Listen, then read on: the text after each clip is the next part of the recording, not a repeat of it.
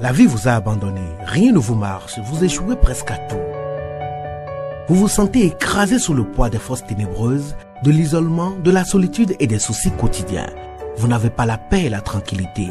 Vous avez besoin d'accompagnement pour atténuer vos souffrances, pour développer la force et la puissance qui vous habitent.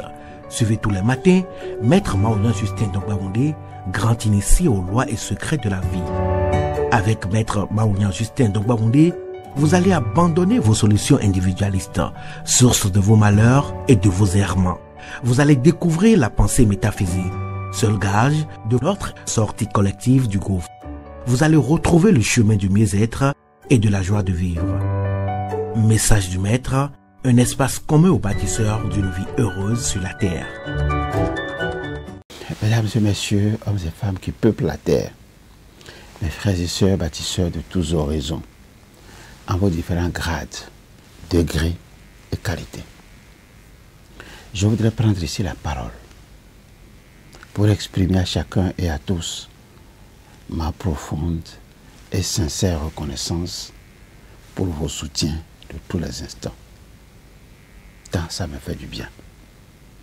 Avec vous ce jour, je voudrais, pour le compte de cette 9e saison, entièrement consacrée aux 9 trésors d'un homme de cœur, je voudrais, dis-je, poursuivre avec vous le voyage qui nous conduit dans la demeure de ce grand esprit, j'ai nommé Christian-Henri Godefroy, pour découvrir l'une après l'autre les empreintes de son être profond.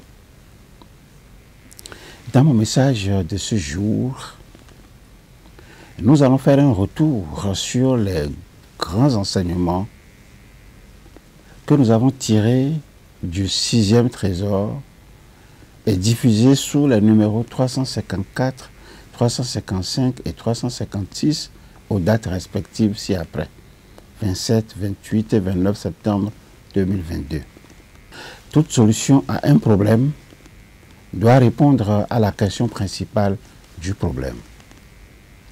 Les sciences de gestion travaillent d'arrache-pied depuis près d'un siècle à inventer des systèmes d'anticipation couplés à des dispositifs de pilotage et pourtant, rien ne semble garantir la réussite des entreprises.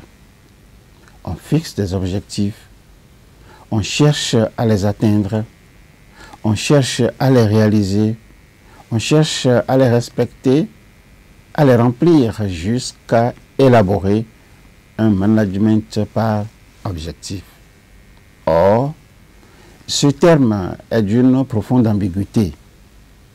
Il fait d'une part référence à une mesure servant d'étalon à l'action efficace et à ce titre révèle et reflète la stratégie d'une organisation et dans le même temps, il désigne, je parle du terme management, il désigne ce qui se distingue du subjectif, c'est-à-dire ce qui ne dépend pas d'un point de vue, ce qui ne dépend pas d'une perspective qui appartient au domaine du nécessaire, devenant par là même indiscutable.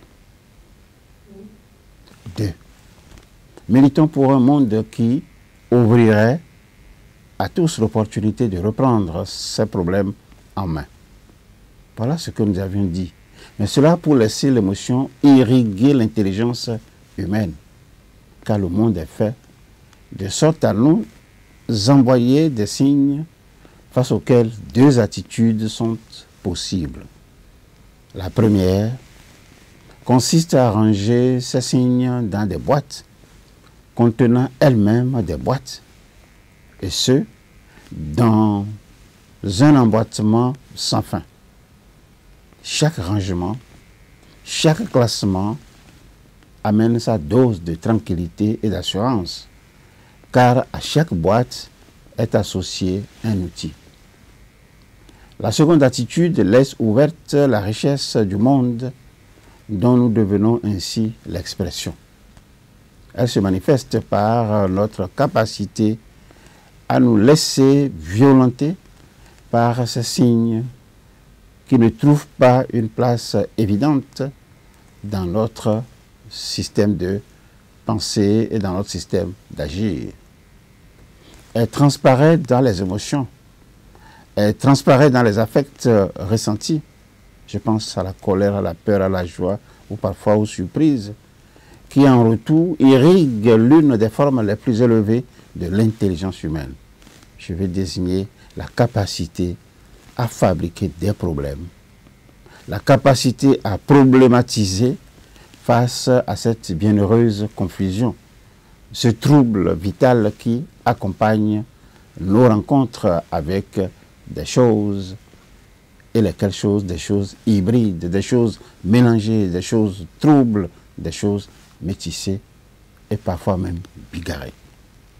Le monde est trop riche, le monde est trop complexe pour que nous laissions toujours à d'autres le soin de le problématiser à notre place. Il est donc urgent de réapprendre à observer le monde. Il est urgent de réapprendre à développer de nouvelles manières de prêter attention aux choses afin de transformer la conscience que nous en avons en suspendant un jugement trop souvent caricatural pour enfin produire des réflexions nuancées.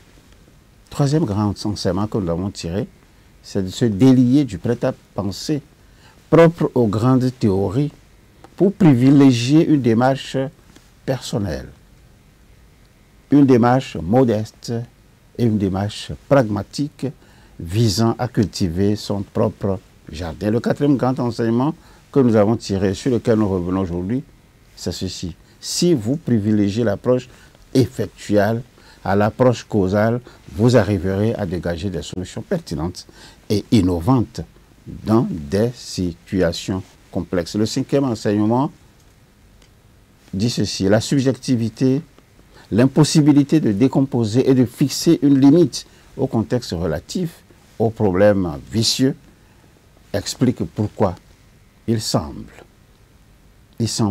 impossible à résoudre. Et puis le sixième grand enseignement que nous avons déjà tiré de ce sixième trésor, c'est accepter que l'argent ne puisse résoudre tous les problèmes sur lesquels le temps qui passe s'est cassé les dents en adoptant la stratégie des petits pas. Voilà là où nous allons nous arrêter pour ce jour, espérant que nous allons nous retrouver très prochainement. Au revoir. À bientôt. La vie vous a abandonné, rien ne vous marche, vous échouez presque à tout. Vous vous sentez écrasé sous le poids des forces ténébreuses, de l'isolement, de la solitude et des soucis quotidiens. Vous n'avez pas la paix et la tranquillité. Vous avez besoin d'accompagnement pour atténuer vos souffrances, pour développer la force et la puissance qui vous habitent. Suivez tous les matins Maître Maoulian Justin Dongbaoundé, grand initié aux lois et secrets de la vie. Avec Maître Maoulian Justin Dongbaoundé, vous allez abandonner vos solutions individualistes, source de vos malheurs et de vos errements. Vous allez découvrir la pensée métaphysique, seul gage de notre sortie collective du gouffre. Vous allez retrouver le chemin du mieux-être et de la joie de vivre. Message du Maître, un espace commun aux bâtisseurs d'une vie heureuse sur la terre.